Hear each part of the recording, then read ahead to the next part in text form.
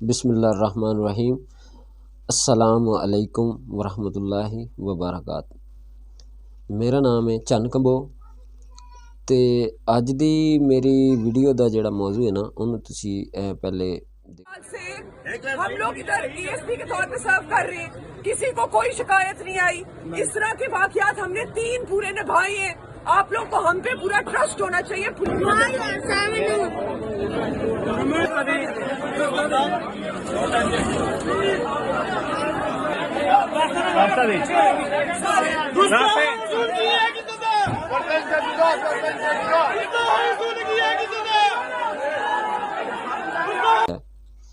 कि एक रेस्टोरेंट दे विच एक लेडीज़ आई और उन्हें एक लिबास पाया सी। उन्हें उस लिबास के उत्ते कुछ लोगों ने देखा और बहुत सारे लोग जिहड़ा ना उन्होंने कहा भी ये कुरानी आयात लिखियां ने और बड़ा हजूम इकट्ठा हो गया तो बड़ी दुनिया इकट्ठी हो गई। लोगों ने कैमरे निकाल लै, वीडियो बनानी शुरू करती, हत्ता कि उन्होंने मारन कुटन तक दुनिया जिहड़ा ना एक तैश की शक्ल इख्तियार कर गई। तो पुलिस ने जिहड़ा ना मौके ते पहुँच के ते उस औरत की जान बचाई। तो भाई मकसद मेरा गल दसन दा यह है कि उस औरत ने जिहड़ा लिबास पाया सी ना उस ते कुरानी आयात नहीं लिखियां सी। वीडियो दे विच ते तस्वीरां दे विच भी तुसी लोग गौर नाल देखो, उस दे उत्ते हलवा लिखा हुआ है। हलवे का मतलब हलवा अरबी ज़बान का लफज है तो हलवे का मतलब है खूबसूरत मीठा। तो जिहड़ा उस लिबास के उत्ते हलवा लिखा है वो किसी ने देखा नहीं, किसी ने तहकीक नहीं की।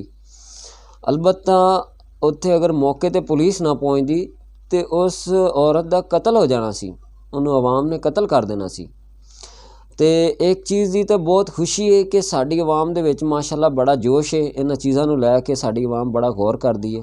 तो दूसरी इस गल दा मैनूं बड़ा अफसोस है कि साडी आवाम बिना तहकीक कीते बहुत ज़्यादा जोशीली हो जाती है। साडी जिहड़ी ये कौम है तो साडी इस कौम नूं इहो जिहियां चीज़ां तो बहुत नज़र आंदियां ने, लेकिन साडी इस कौम नूं इस मुल्क दे हालात नज़र नहीं आते। साडी इस कौम नूं इस मुल्क ते होने वाला जुल्म नज़र नहीं आ रहा। इस मुल्क दे विच गरीब आदमी गुरबत तो परेशान है, साडी इस कौम नूं नज़र नहीं आंदा। गरीब आदमी आटे तो परेशान है, साडी इस कौम नूं नज़र नहीं आंदा। लेकिन माशाअल्लाह साडी कौम नूं जिहड़ी चीज़ नज़र आ जाए फिर बिना सोचे समझे ही माशाअल्लाह उहदे ते अखीर ही कर देंदे ने। तो यह तुसी वीडियो भी देखो कि अवाम ने इहदे ते की हालात कीता है और किस हद तक अवाम पहुँची है। तो तुहाडे सारे भाइयों नूं जिहड़ा ना मेरी तरफों एक छोटी जी रिक्वेस्ट है कि तुहाडी एक छोटी जी क्लिक जिहड़ी है ना, एक छोटी जी क्लिक साडे चैनल नूं सबसक्राइब करना तो साडे लिए बहुत ज़्यादा यानी कि खुशी हुंदी है तो सानूं हौसला अफजाई मिलती है। तो साडे चैनल नूं सबसक्राइब करो तो ज़्यादा तो ज़्यादा लाइक शेयर करो। तो साडी इस कौम नूं इंतहाई सोचना चाहिए इस मुल्क के बारे और सानू सारिਆਂ ਨੂੰ इकट्ठा होके एक जान होके इस मुल्क के बारे सोचना चाहिए।